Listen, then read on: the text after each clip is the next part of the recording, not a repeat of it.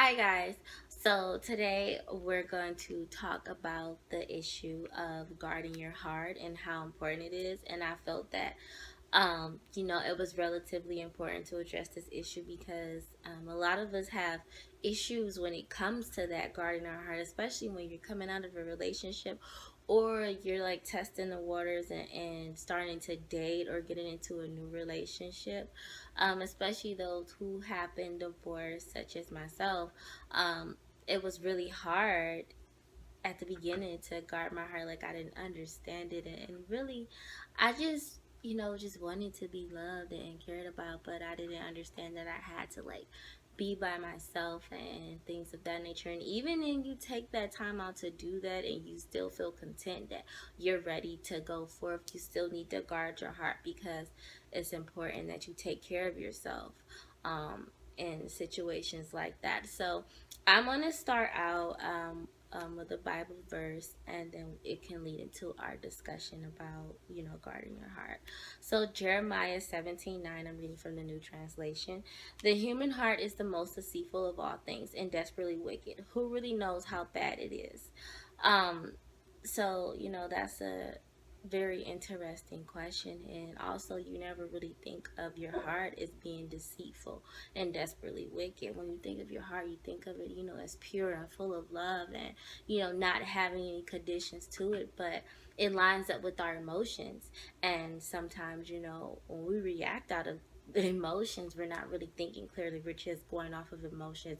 We're not taking our minds with us. We're just going off of how we feel, or whatever we may have been through with that person in the past. So it's just kind of like, okay, well, we've had this history, or we care about each other this much, or I love this person that much that I'm going to stick around, or I'm going to try out again. And that's not healthy sometimes, and it could become detrimental, and we don't see that or understand it. And, the Holy Spirit may bring signs to us, and sometimes we may ignore them, and, it'll just be bad and it won't line up with the will of God, and which is unfortunate, and we don't want that. But short story, I recently just got out of a situational relationship, and I had to learn in that relationship how to guard my heart. And I wasn't at first, because I had knew the person prior. And when we started dating, at first I was just not for it. I was like, what do you want? Why are you here? Who sent you?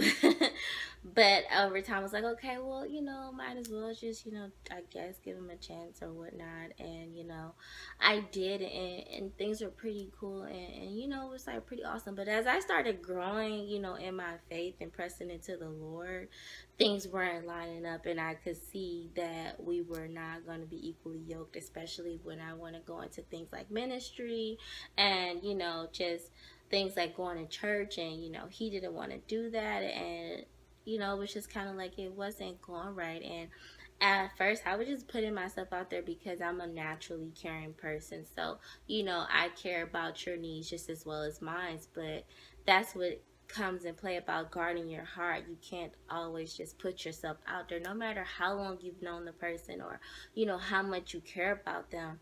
You can't just do that, especially if they're not your husband.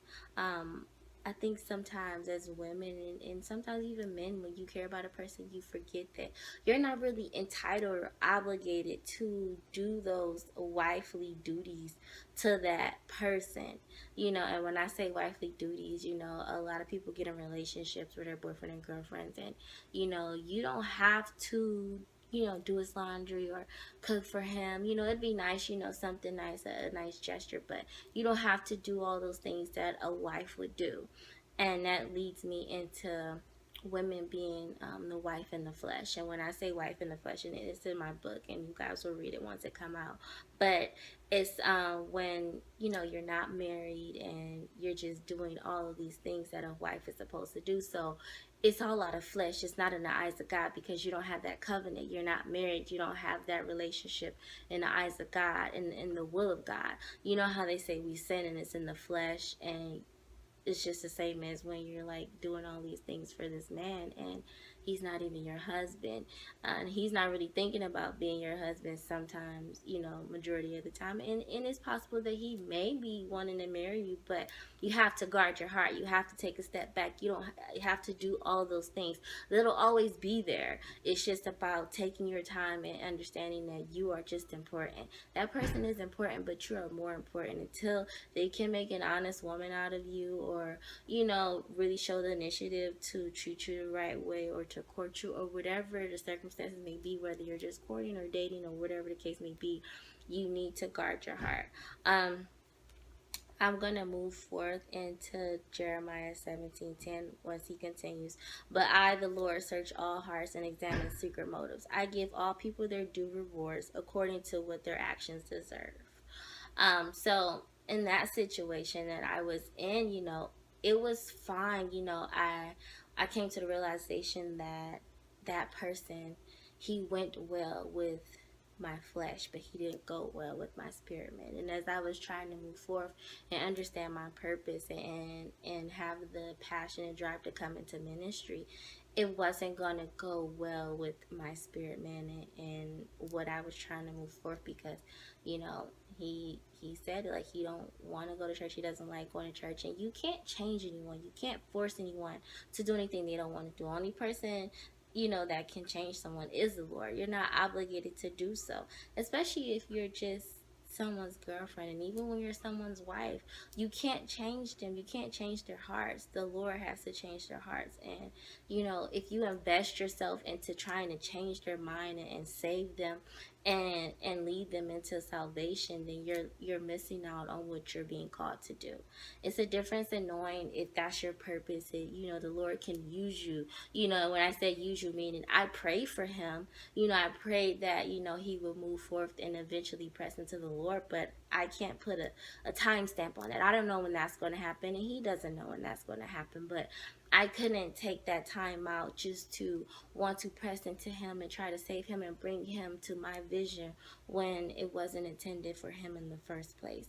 Granted, he was very supportive in what I was trying to do, but me knowing what I wanted in the situation that I had came out of, where my relationship and my marriage wasn't Christ centered, I had always said that I want to do things the right way. I would prefer to be with someone who's on that same page with me, and wants to come to church and we worship the Lord together. But if that's not what you want to do, I can't force you to do that. I just have to guard my heart, because I'll just allow things to happen and not speak up, and then I'll be, just not in the will of God and not pressing into my relationship with the Lord. And I think a lot of people fail to realize that yeah, you may love someone and you may care about them, but it has to be right. You have to be content. And I had a lot of discernment in that relationship, and the Lord was laying it on my heart. And at first, a little bit, I was ignoring it, because I'm like, it's still fresh. I don't really think it's that much of an issue.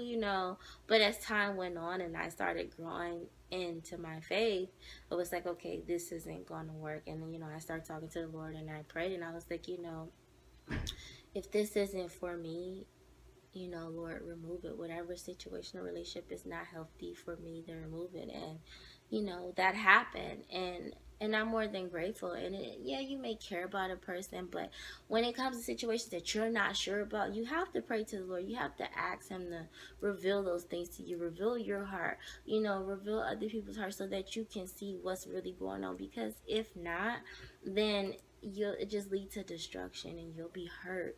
And I couldn't imagine just carrying on that relationship, and me trying to press so much into the Lord, and my relationship is failing because we're not equally yoked. We're not spiritually on the same page.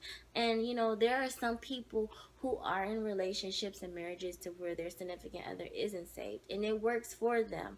I don't know, how that works out, but it is some way it works for them. And who knows, the Lord could have brought them into that situation to help lead that person to the Lord. I just know, me personally, I just pray for the person, because I can't invest that much time when I'm growing into myself and I want to become a great leader. So, if I want to be a leader, I have to lead by example. I have to be a woman of my word. And that's another thing. We tell, our friends and our families, like, oh, girl, leave him. It's not worth it. We so good at giving advice, but we can never fall through with what we tell other people. And that's another issue. And, we have to learn how to do that. You have to practice what you preach, and that's a learning process for everyone. It's the whole practicing what you preach and understanding that at the end of the day it's gonna be okay. Whether we see it or not, it's still gonna be okay. So yeah, if you love that person so much and you just can't imagine life without them, but what's more important, your relationship with them or your relationship with the Lord? And I don't think any relationship is worth saving than the one you have with the Lord. Um, there are some other verses that goes along with Jeremiah 17:9, and that's First Corinthians 2:11. So no one can know a person's thoughts except the person's own spirit, and no one can know God's thoughts except God's own spirit. So when in Jeremiah 17:9, when it says, who really knows this? Your own spirit does. The flesh doesn't, because the flesh reacts out of emotion. But if you're in tune with, your faith and in the Lord, you will understand, that the heart is a serious thing and you have to guard it. If not, you will be led into temptation. You will be led into situations that you're not supposed to be in, that the Lord never called you to be in. And it eventually demise in your spirit, will demise in your relationship. So you know the flesh doesn't know that. The flesh only wants instant gratification and wants what it can get. If it's right there in front of us, it's like, oh great, that was easy. But when you're trying to line up in the will of God, things are not always easy, because the enemy tries to get in front of you and tries to put those blinders on you. When he sees you're trying to be lined up with the will of God, he's kind of like, okay, I'm going to throw another distraction, I'm going to do that. And that's what he used to do with my relationship. When we would get into it, and I'd be done with it, then he would come and be like, um I'm sorry, I want to support you, I don't mind coming to church. And it was cute, it was like, oh, okay. But then when Sunday came around, he was in the bed asleep. Or when Wednesday came around for Bible study, he's like, I'm tired. And it was like, you've been off all day, what you tired for? You can't go to Bible study for an hour and a half? You no, no, no, no, no, no, no. So that was, my spirit man realizing that, this isn't healthy. And, I was really particular, even and a little bit apprehensive in coming into this relationship, only because, how my marriage ended. And I wanted to do things right, but you can only do things right when that person is on the same page. And, you know, like I said, he went well with my flesh, but not with my spirit man. And yeah, flesh is nice to someone, but when you're trying to do things right and you want to live in your purpose, you have to die to self. You have to die to those things. I had to die to that relationship, die to flesh, die to my marriage, die to all of that, so that I can, understand and see clearly what the Lord was trying to show me, because I ignored those signs when I was married, and I ignored those signs even before I got married. So I don't want to make those same mistakes, and I don't think no one should ever want to make those same mistakes. Whether you're divorced or you just got out of a long-term relationship, you need to understand to guard your heart, because if not, it will be detrimental, and you can't let people take advantage of that. And sometimes, vulnerability, it can be taken advantage of intentionally and unintentionally. It happens to the best of us, and it's unfortunate. And people may say, oh, you have too much of high standards, you're too picky and things like that. It's just that if you know what you want and you know what you deserve, then you'll wait till that comes around. You'll let the Lord bring that into your life, instead of you going out just running after it and it's not being a situation for you. Also, I'm going to read another one. It's Psalms 19:12. And it says, how can I know all the sins lurking in my heart? Cleanse me from these hidden faults. So, like I said earlier, you have to pray about those things, your discernment, and you have to pray to the Lord to reveal your heart to you, to reveal situations to you, so that you can know and have confirmation if you need to be out of the situation or not. So, how can I know all the sins lurking in my heart? You ask the Lord to reveal them, reveal your heart to you. Show me these things, show me what this person is really about, Holy Spirit. And He will do that. Trust me, He will do that. Like I said, if you read on the website, if the Lord, if He has to hurt your feelings to get you to see what reality is, He'll do so. But it's only for the best of you, because I think a lot of us, we tend to be hard headed. He'll throw a sign at us and then we'll ignore it, and we'll be like, oh, I can fix that. Oh, he don't want to go to church. I can fix that. I'll just pray for him. Oh, that's not working. Well, I'll just read a Bible verse. So I'll bring up a topic about the Lord, and maybe I can really see if he really loves God just as much as me. No. Once you see that sign and you keep ignoring it, and I'm not perfect, because I've ignored signs. We've all ignored signs, and we had to fall on our butt to realize, okay, let's get it together, because a hard head will make a soft behind. Trust me, I know. Cleanse me from these hidden faults. So you, like I said, die to self, die to the flesh, die to that relationship, die to that marriage. You have to die to those things. You need to be cleansed. It's the pruning process. And even I had to go through the pruning process after my marriage was over, just of those, emotions and feelings. And like I said, when we react out of emotion, it's not good, because you're not thinking clearly, you're not thinking Christ. Like, you have to think about the outcome of how it can affect you. If that person hasn't really shown you that they care, and that they are willing to change, not because just for you but for their self, then you have to die to that situation. You have to rid yourself from it, because if not, then it'll just keep holding you back, and you won't realize it until it's too late, and then you're kind of like stuck. You know, you're wondering why you're still in the wilderness. It's because you didn't die to that situation. You didn't turn your back on it. You let the enemy put blinders in front of you once he realized you were trying to live in the will of God, and you didn't put yourself in that position to receive those blessings. And I don't know about you guys, but I don't want any of my blessings blocked. I want, you know, to have a comfortable life. Life isn't always going to be easy, especially when you're attempting to live in your purpose, because, you get attacked a lot, but it's worth it in the end. So, back to Jeremiah 17:9 about, the human heart, being wicked and desperate. The heart can be desperate. I know that, because I went through it, just wanting to fix your marriage and you fighting for a relationship. But once you go through that situation, and my marriage taught me a lot, once I got into, the situation I just got of, I realized you don't want to fight for someone who's not going to fight for you back. Don't put yourself back in that position. Guard your heart. Whatever you need to do, have a covenant with God, whatever, so that you have an agreement that you're not going to break that, and you're going to guard your heart with the utmost. You have to do so. So if that means you're praying every night, if you're doing a cleanse, or you're fasting, from certain TV shows or music or wherever the case may be, cleanse yourself. Do that so that the Lord can reveal your heart, so that he can use you the right way. If not, then you're just in the flesh, and you're just out here, and it's not healthy. And I couldn't be in a situation where the person only went well with my flesh and not my spirit, man.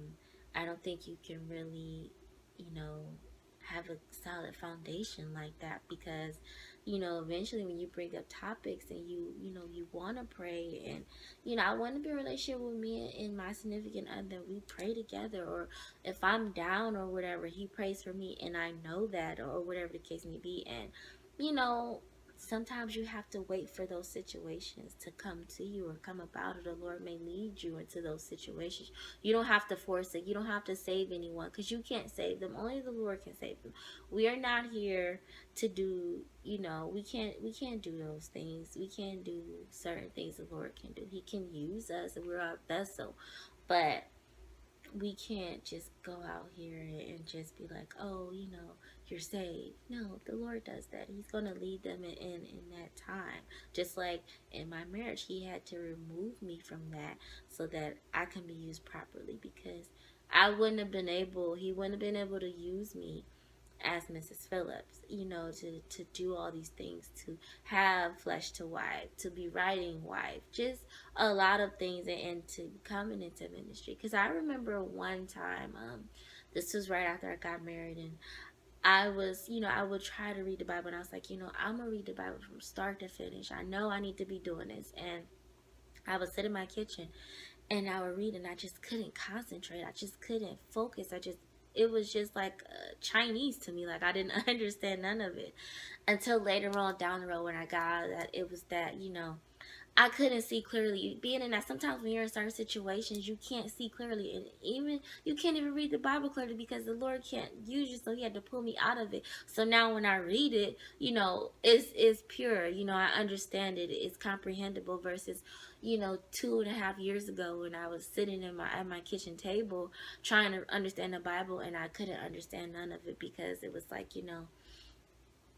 the Lord was like, okay, if you want to understand this, I'm gonna have to pull you out of it. And I didn't know that at that time. I just thought, okay, maybe this version of the Bible was just not for me. But it didn't matter what version, whether it's New Living Translation, the King James Version, the American Standard, none of it. It's just about being in the will of God and guarding your heart. And that's very important. So whether or not you're coming out into a relationship or you're dating but you're not married, guard your heart.